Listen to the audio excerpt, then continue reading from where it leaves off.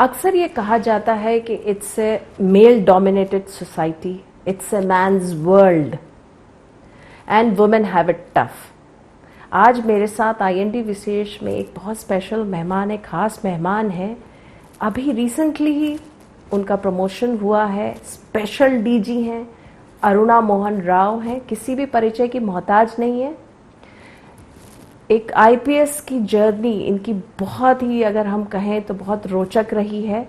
और जैसा कि मैंने कहा, it's tough for a women to wear pants. और हम चलिए आज हम इनसे बात करेंगे और जानेंगे कि इनकी जर्नी में इनको कितने चैलेंजेस फेस करना पड़ा। ये हम सब ने देखा है कि उन्होंने वुमेन के लिए बहुत कुछ किया है, बहुत सारी जो है योजनाएं शुरू की हैं, काफ़ी सारे प्रोग्राम्स उन्होंने लॉन्च किए हैं। चलिए हम उनसे बातचीत करेंगे।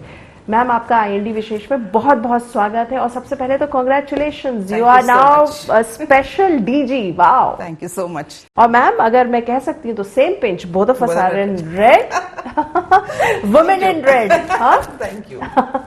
चलिए मैम, जैसा कि मैंने कहा, देखिए वुमेन कितने भी टॉप पोजीशन पे पहुंच जाए, किसी भी फील्ड में रहें, उनके लिए जो चैलेंजेस होते हैं वो बहुत ज्यादा रहता है। एंड दे हैव, उनको जो है डबली प्रूव करना पड़ता है।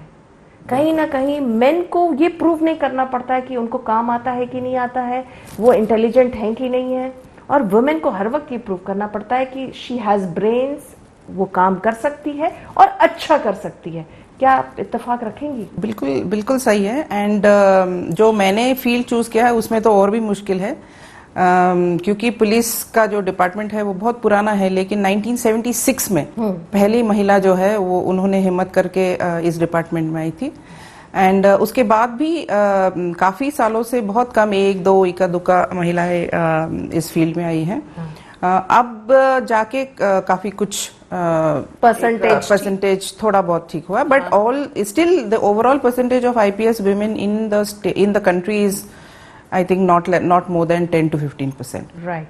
सो चैलेंजेस तो बहुत सारे हैं। एंड क्योंकि ये एक फील्ड जॉब है, यू हैव टू, मतलब आप सड़क पे भी काम करेंगे, क्रिमिनल्स के साथ काम करेंगे, थाने में काम करेंगे, एंड ऐसा वर्ग के साथ आप काम करेंगे जो मतलब सभी की बस की बात नहीं है। तो एक कल्चरल शॉक भी लगता है जब पहले इस सर्विस में आते हैं और क्रिमिनल्स के साथ इंटरैक्ट करते हैं। बट धीरे धीरे वो अपनी वर्किंग स्टाइल के तरह से देख ले, या फिर आप काम को कितनी प्रोफेशनल रूप से आप करेंगे। क्योंकि जब मैं पहली एएसपी के रूप में रायपुर गई थी, I think I was the first woman to go to Raipur. जब मैं बाहर पेट्रोलिंग में या फिर लॉ एंड ऑर्डर ड्यूटी में जाती थी तो बहुत अजीब तरीके से देखते थे मुझे लोग कि ऐसे कैसे ऑटोग्राफ लेते थे क्या आपके? नहीं, एक्सेप्टेंस कम था, आई थिंक बहुत कम था within the department and outside the department. So I could feel that men did not want to accept my authority. So I कुछ लोग तो जो पुराने लोग हैं, बहुत मतलब उनके माइंडसेट ही कुछ अलग है। They would not allow their own family women to go out and work like that. So they could not accept me also. But the only fortunate thing is, again, IPS officer होने के नाते आपका जो stature है वो अलग है, and you have even as a trainee or even as a very junior officer, you have a lot of power. Yes. So that acceptance धीरे धीरे बढ़ता है, but then it all depends on how you present yourself. You face the challenge in your workplace, in the society, and in your family. Right. How like I तो ma'am, ये balance कैसे बनाया आपने? That's what, ये बहुत मुश्किल है। क्योंकि जब मेरी शादी हुई थी तो मैं भी कंजर्वेटिव फैमिली की थी, साउथ इंडियंस है हम लोग। My husband is even more conservative because he comes from the coastal district.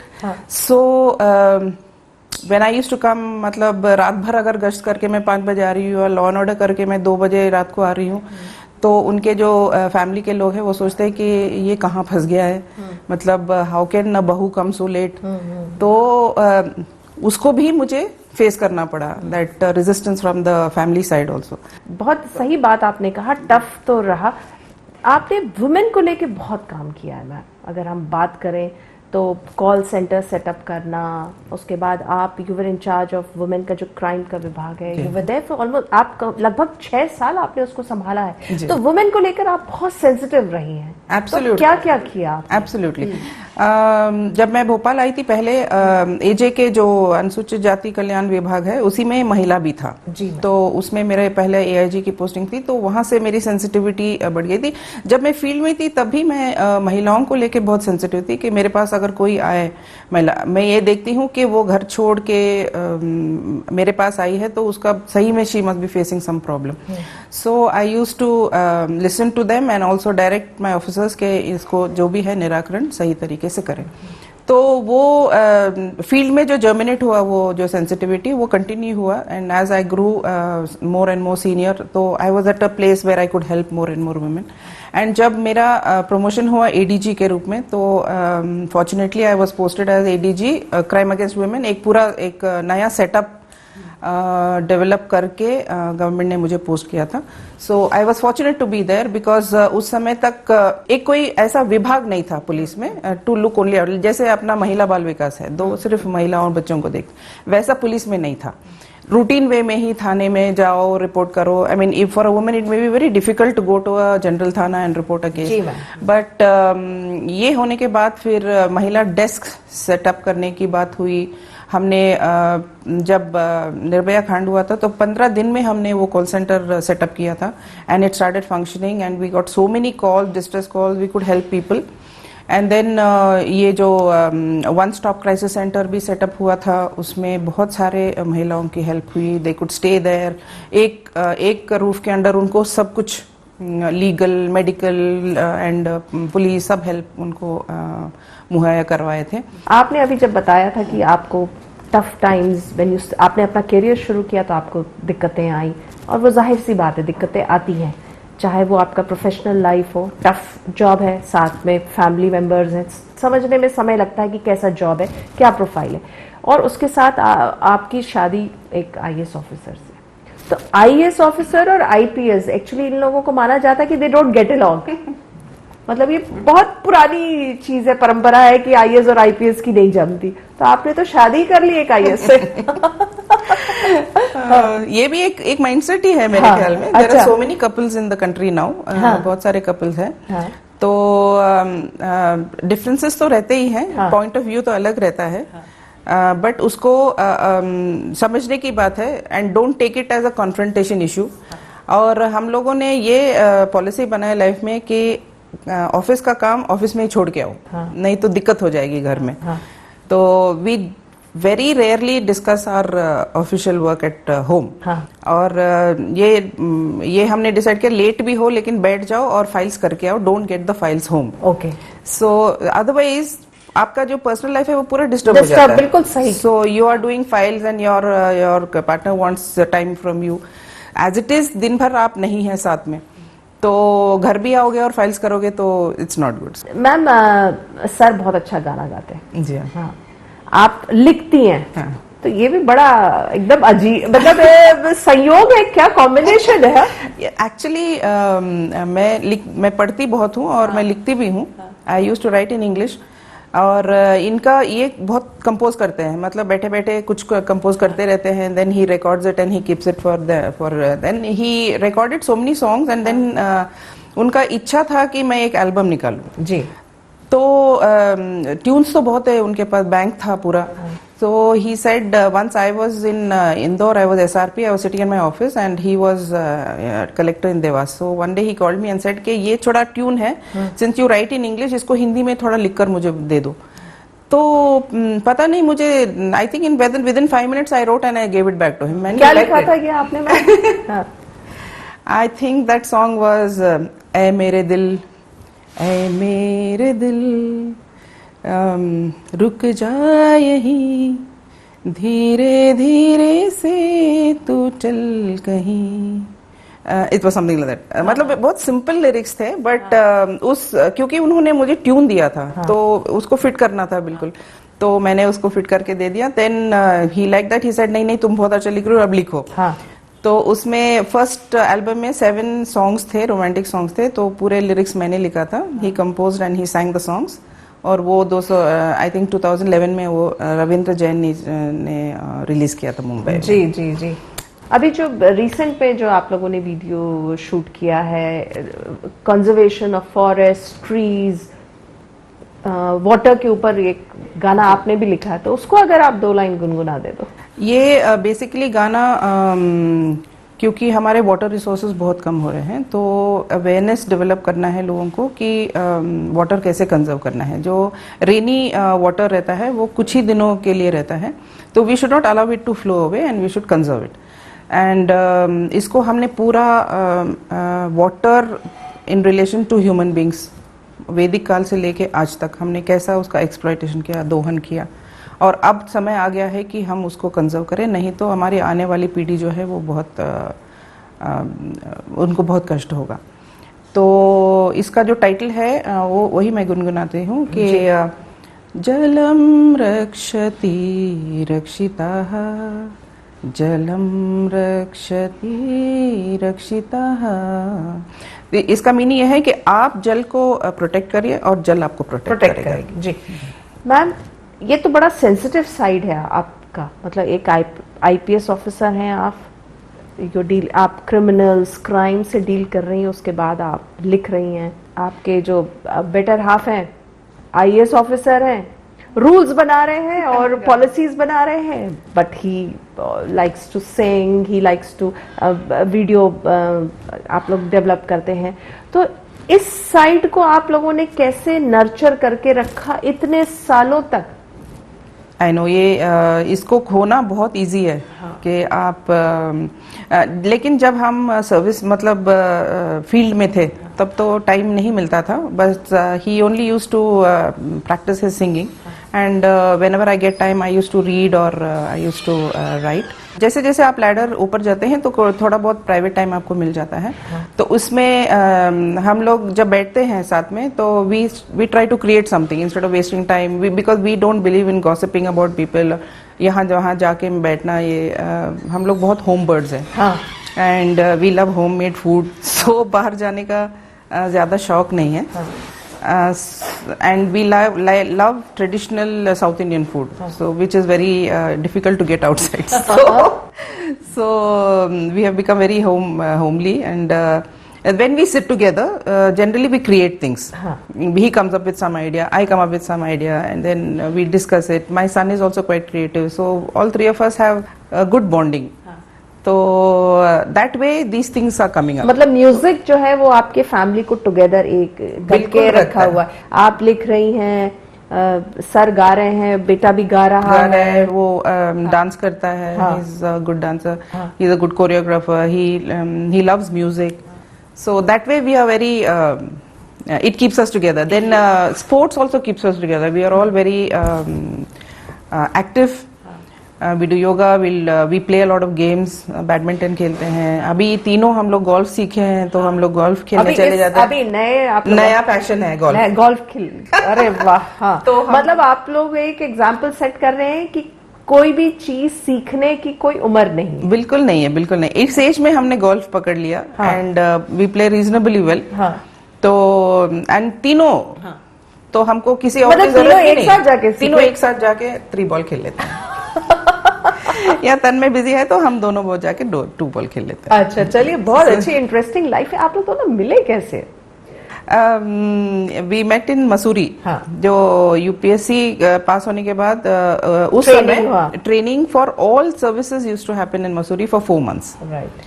तो ही अगेन म्यूजिक ही डिवाइन है, तो द फर्स्ट इनॉग्रल सेशन में ही sang a very peppy number, मतलब सब नॉर्थ तेलुगु सॉन्ग। सो सब नॉर्थ इंडियंस को भी वो गाना बहुत पसंद है और एवरीबडी साइड के फिर से गाओ फिर से गाओ। So that is the first time I really recognised him, and then next morning I congratulated him at breakfast, and then since we both were Telugu people, so at that time I was not knowing Telugu because I was born and brought up in Hubli in Karnataka. So ऐसे धीरे धीरे friendship हुआ, and then common factors भी बहुत सारे थे, and he like me a lot, so he said के let's Mary सून। तो फिर उनके एल्डर्स आए थे वहाँ मसूरी मुझे देखने के लिए, पसंद आ गए। तो फिर हम लोग तो ट्रेनिंग में ही थे, तो हमारे एल्डर्स यहाँ सब अरेंजमेंट्स करके फिर हम लोग सिर्फ 7 दिन मिला था छुट्टी, तो we went, we got married and we went back to our respective. मतलब इतना आसान था? ये बहुत आसान था, बिकॉज पेरेंट्स एंड एल्डर्स उन्होंने सहमति थी। बिल्कुल बिल्कुल, बहुत अच्छा। और उसको मतलब, और म्यूजिक ने आपको बाइंड करके रखा पूरा स्टार्टिंग से अभी तक, चाहे वो आपका पर्सनल रहा, प्रोफेशनल रहा, बहुत स्मूथ सी अगर हम कहें सेलिंग रही। वो आईएएस हैं, आप आईपीएस हैं, आप लोग गाना गाते हैं, म्यूजिक जैसे कि वीडियो एल्बम सर ने बनाया है। हम लोगों ने अक्सर देखा है कि ऑफिसर्स वगैरह को जब इस तरह के जो एक्टिविटीज़ में इन्वॉल्व होते हैं तो कहीं ना कहीं बहुत क्वेश्चन ऐसा पूछा है, मतलब ऐसा रहता है कि नहीं ऑफिसर्स का मतलब है कि आप लो प्रोफाइल रहिए, ज़्यादा मीडिया से मिलिए मत, बात मत कीजिए और अपना काम किए आ गए। और उसके बाद आप लोगों ने तो वीडियो एल्बम बना दिया, तो इसको कहीं ना कहीं थोड़ा सा लोग असहज हुए होंगे ना? जब पहला एल्बम निकला था तो इट वाज लाइक शॉक का था वो। It was not, we didn't, हाँ हम लोगों को कोई उससे कोई अपेक्षा नहीं थी। तो और बहुत लो बजट में ही कर दिए थे उसको। सो हमारी जो क्रिएटिविटी है वो it is very personal, but we also want the world to know, I mean लोगों को भी मालूम होना चाहिए कि हमारा एक टैलेंट है। तो अभी आप देखेंगे कि ये सही है कि पुराने टाइम में एक्सेप्टेंस बहुत कम था। ऐसे अरे तुम तो पूरा टाइम इसी में लगा रहे हो, तुम अपना काम नहीं कर रहे हो, ऐसी वाली बात तो थी एट दैट टाइम। लेकिन अभी आप देखेंगे कि बहुत ऑफिसर्स अपने टैलेंट को दिखाते हैं। जैसे हमारे अभी तो आईएएस मीट होती है, तो अभी आईपीएस मीट भी हो रही है। तो there so much of talent, मतलब लोग इतने टैलेंटेड है, गाते हैं, लिखते हैं, पोइट्री करते हैं और डांस करते हैं, पूरा फैमिली डांस कर रही है। तो एक बॉन्डिंग होता है उससे।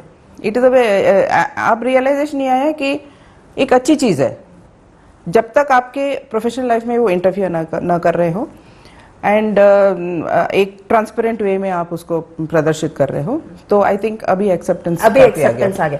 चलिए मैम, बात करते हैं आपकी प्रोफेशनल लाइफ की। आईपीएस की डगर आपके लिए कठिन इसलिए रही होगी क्योंकि आप एक वुमेन हैं, क्राइम, क्रिमिनल्स, थोड़ा टफ कंडीशंस है वर्किंग, उसके अलावा मेजॉरिटी मेन हैं। तो इसमें ऐसा कोई चैलेंजिंग मोमेंट आया जिसमें कि आपके कलीग्स या उन्होंने सोचा अरे नहीं आप तो नहीं कर सकती, मतलब इट मस्ट बी, ये इसलिए रहा होगा, उन्होंने कहा नहीं होगा, बट ये होगा कि आप वुमेन है, आप नहीं कर सकती, और आपने उसको कर लिया हो? ऐसे कई मौके आए। It starts at the training, मतलब वहाँ एनपीए में पहले से ही आपने जो हमारे जो इंस्ट्रक्टर्स हैं, उस्ताद लोग हैं, वो बोलेंगे कि नो कंसेशन। एक तो जो वो लोग कर रहे हैं आपको करना ही पड़ेगा। हम लोग वैसे मांगते भी नहीं है, we never asked for any concessions, but कई होते हैं कि फिजिकली यू आर नॉट, मतलब भगवान ने ऐसा बनाया महिला को कि इतना फिजिकल स्ट्रेंथ हमारी नहीं होती है। जैसे रोप क्लाइंबिंग है, रॉक क्लाइंबिंग है, हो सकता है कि उतना वो हम लोग ना करें, लेकिन उन लोगों ने वहीं पर आपको इंट्रेन करते हैं माइंड में कि आप जो है इक्वल है। You are an officer, you are not a male officer और female officer, you are an officer, you are an IPS officer, that's it. और वहां पर जो आपको माइंड सेट हो जाता है कि मैं और उनमें कोई फर्क नहीं है, where our profession is concern, तो उस माइंडसेट से अगर आप काम करेंगे तो आपको कहीं दिक्कत नहीं होगी। हमको दिक्कत ये आती है जब हमारे जो जूनियर, जो सबऑर्डिनेट स्टाफ है, उनका माइंडसेट चेंज करना बहुत मुश्किल था। स्पेशली रायपुर एक बहुत कंजर्वेटिव काइंड ऑफ सिटी था, तो मुझे टाइम लगा उसमें।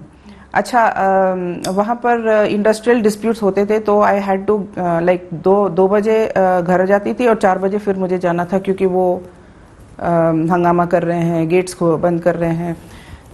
But if I have to be in the control room at 4 o'clock, I'm there. I get up and I go. But my SP would check. अच्छा. On the set that I'm there or no. Okay. इसका मतलब ये है that he had his doubt whether she'll make it or no.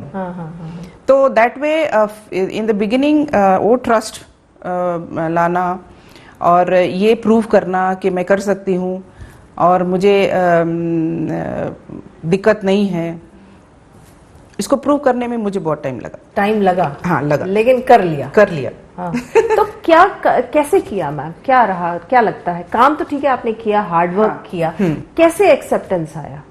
आपके hard work को देख के ही, then your professionalism, you are not shirking, मतलब आप अपने ड्यूटी से आप भाग नहीं रहे हो, आप सब छोड़ के, आई मीन फैमिली, मतलब परिवार के लोग आए हैं लेकिन आपको छुट्टी नहीं मिल रही है। कभी कभी तो अभी हम उस समय तो हम न किसी परिवार में शादी अटेंड किए, न किसी की डेथ में गए, कुछ भी नहीं हो पाया था, because as additional SP city you are very busy, you are all the time doing law and order, crime, you are running here, running there. तो बट जो आदमी आपके नीचे काम कर रहा है वो आपको देखता है कि आप कैसे काम कर रहे हो, क्या आप कॉम्पिटेंट हो या नहीं, क्या आप समर्पित हो या नहीं, क्या आप रिस्पॉन्सिबिलिटी ले रहे हो। अगर आप नहीं लोगे तो वो क्यों लेगा? आपको प्रूव करना है कि मैं पूरी तरह से डेडिकेटेड वे में काम करती हूँ, और जब मेरा फैमिली टाइम है तो that also I will enjoy. वो आप मुझसे नहीं ले सकते हैं। बट क्या है, वो उस समय जैसे आप सिटी में एसपीज या एडिशनल एसपीज हो तो दिवाली में भी आप ड्यूटी कर रहे हो, मुझे बहुत दुख होता था उस समय, क्योंकि हम वो ट्रेडिशनल फैमिली से आते हैं जो मतलब 3 दिन फेस्टिवल मना रहे, 4 दिन फेस्टिवल मना रहे हैं, और फिर वो आता है दैट के वहाँ प्रोसेशन चल रही, तुम जाओ, तो मैं पूरा I take out all my jewellery and my cloth and then I wear my uniform and I'll go. मतलब so आप जी हाँ, बहुत कठिन टाइम था वो। फेस्टिवल्स के समय लगता था कि अरे मैं आईपीएस क्यों हूँ, ऐसा लगता था? हाँ बिल्कुल लगता था। हाँ बिल्कुल लगा, उस समय लगता था, बिल्कुल लगा मुझे। बाकी मैं आई थिंक कभी कभी मुझे लगता था I made a wrong decision in life, लगता था। फिर कैसे लगता था कि नहीं चलो सही कर लिया? फिर कुछ ऐसे काम कर लिए जिसमें बहुत रिकग्निशन मिला, फिर लोगों की प्रशंसा मिली, एक्सेप्टेंस मिला, लोग मुझे प्यार करने लगे कि she is such a good officer. तो तब लगता था नहीं ये ठीक हुआ, ठीक हो गया, चलिए ठीक कर लिया मैंने, अपनी लाइफ सही कर ली, आईपीएस बन गए। हाँ। और आईएएस से शादी होगी वो भी ठीक होगी, और म्यूजिक हम गाते गाते हमारी राह कट गई। बिल्कुल कट गई। चलिए मैम ये 2 लाइन गुनगुना दीजिए, फिर हम क्या हंसते हंसते कट जाए रास्ते, या जो आपको हाँ, मुझे सबसे प्यारा गाना है लग जा गले लता मंगेशकर का, तो उसी को गुनगुनाती हूँ। लग जा गले के फिर ये हंसी रात हो न हो,